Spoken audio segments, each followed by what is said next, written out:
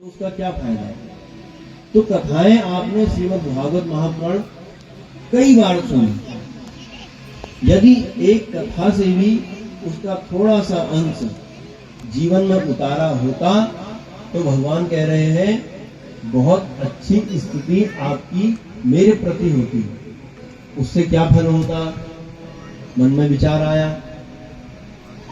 उससे भगवान कह रहे हैं, शास्त्र भी कहते हैं, पिता के किए हुए कार्यों को उसकी संतति को भोगना पड़ता है, अवश्यमेव भोक्तव्यम। और ये मानिए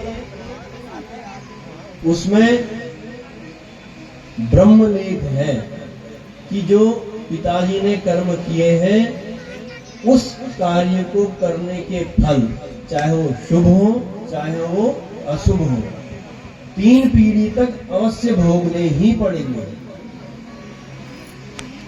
जब तीर्थ क्षेत्र में जाकर के दान भी दे रहा हूं और जहां कहीं कोई धर्म कार्य होता है तो वहां बड़ी बड़ी रसीद भी दे रहा हूं, उसके बाद भी मेरे घर की स्थिति ऐसी दयनीय हो रही है कि मेरे बालक मेरी बालिकाएं गलत मार्ग में जा रहे हैं, तो मन में उसके विचार आ जाता है कि भाई ये सब धर्म सब क्या है, ढकोसला है, ये भगवान कुछ नहीं है। तो मन खराब हो जाता है, मन खिन्न हो जाता है। लेकिन अपने पूर्व में झांक कर नहीं देखता है कि हमारे दादा परदादाओं ने क्या किया। आज यदि आप हमारे पहाड़ क्षेत्र में देखेंगे, बाहर को ना देखते हुए, तो हमारे पूर्वजों ने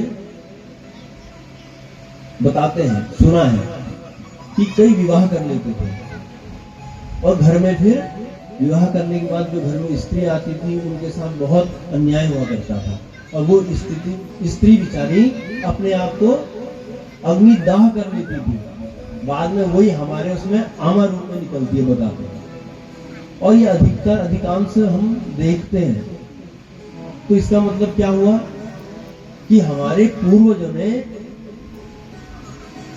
जो सही करना था वो किया नहीं, लोगों की बातों में आकर या अपनी कोई कामना के रहते धर्म तो कर नहीं पाए और अधर्म इतना किया कि अब उसको उनके पड़ पोते सब भोग रहे हैं। अच्छा, जब ये स्थिति बनी हुई है कि घर में सब चीज सही नहीं चल रहा है, तो जो हमारे पास धन है, जो वैभव है, जो भूमि है, जो इतने भगवान की कृपा से साधन संसाधन प्राप्त हुए हैं, तो वो कहां